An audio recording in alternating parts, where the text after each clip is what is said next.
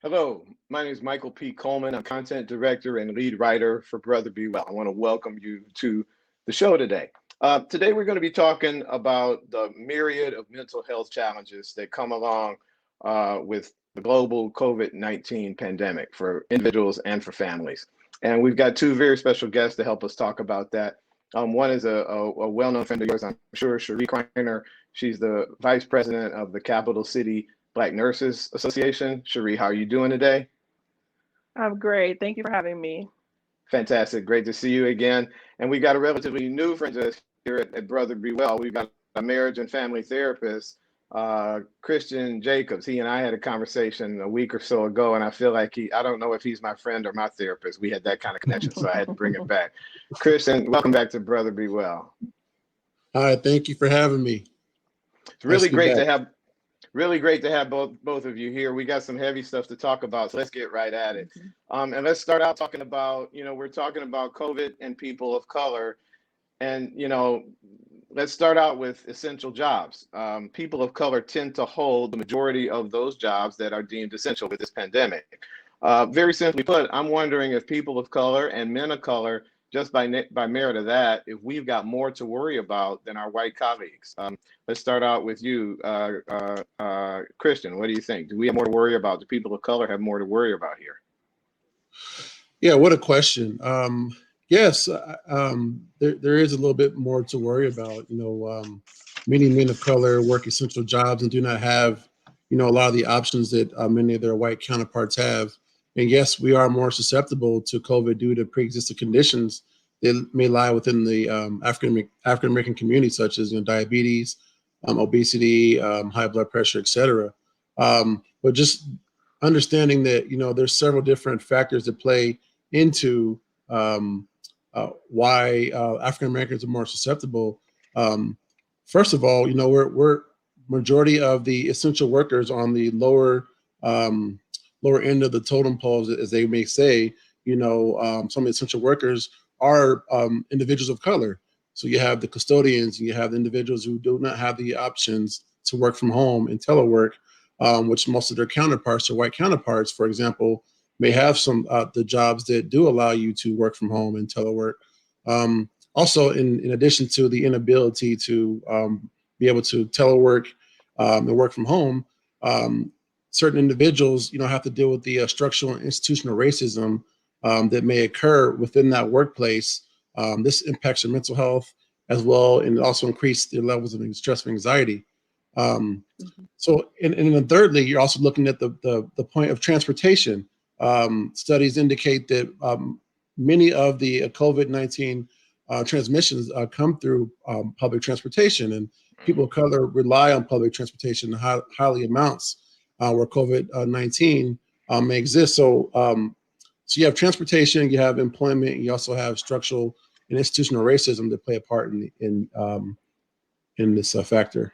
So I think that's I'm gonna summarize all those great points, Kristen. You say yes, we've got more to worry about. Most definitely. Yeah. How about you, Sheree? What would you have to say? I could see you nodding, so you agree. Oh, absolutely. I think Christian did a great job describing all of those social determinants of health. And unfortunately, that's where we are. Are there any biological differences of people amongst the different races? No, race is a social construct, but absolutely because of the structural racism and the access to resources, we do find persons of color on the end of not having enough or overexposure, right? Because you are in those jobs where you're having increased opportunities, come into contact with other persons. So more exposure leads to more risk. So unfortunately, there definitely is a risk because of that. And it always kind of breaks my heart when I talk about the social determinants of health, because it's not that Black folks just get sicker. It's because of these circumstances we're put in positions to be negatively impacted. So it's really those social determinants of health that are impacting us during COVID, and everything else for that matter. I think COVID is just showcasing those social determinants right now. Wow, I think that's spot on, spot on. You know, as this virus, we're talking about this pandemic, and as it rages, and it's gone on far beyond where any of us wanted to be. We all thought we might be in a different place today. It is what it is. We're at where we're at in this thing. But as it rages, it's got a lot of us worried. Some of the stats I came up with getting ready to talk with you guys. 53% of adults in the United States report having had a negative their mental health negatively impacted. 53% say that today, and that's versus only 32% in March as this pandemic was kicking off. Are you seeing an increase for both of you, an increase in the number of patients, clients that you have that are suffering from the effects of worry, in addition to the reported increase in the virus? More and more people are getting infected, and more of those people are getting sick. Are you seeing more and more people that are dealing with those stress-related, worry-related health problems?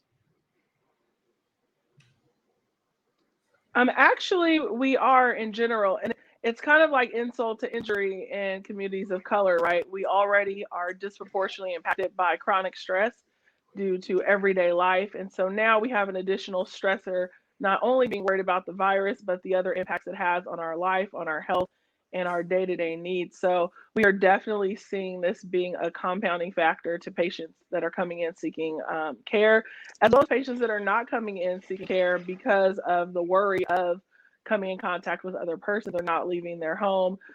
Even when they're having symptoms at home and may need to actually be seen, there are some people that are have an increased fear of coming into contact with the virus during hospital interaction. So you also have the stress of that. It's kind of like compound stress at this point. It's like stress upon stress, which is really creating this chronic stress situation for people that we see manifest not only from their mental health, but also their physical health.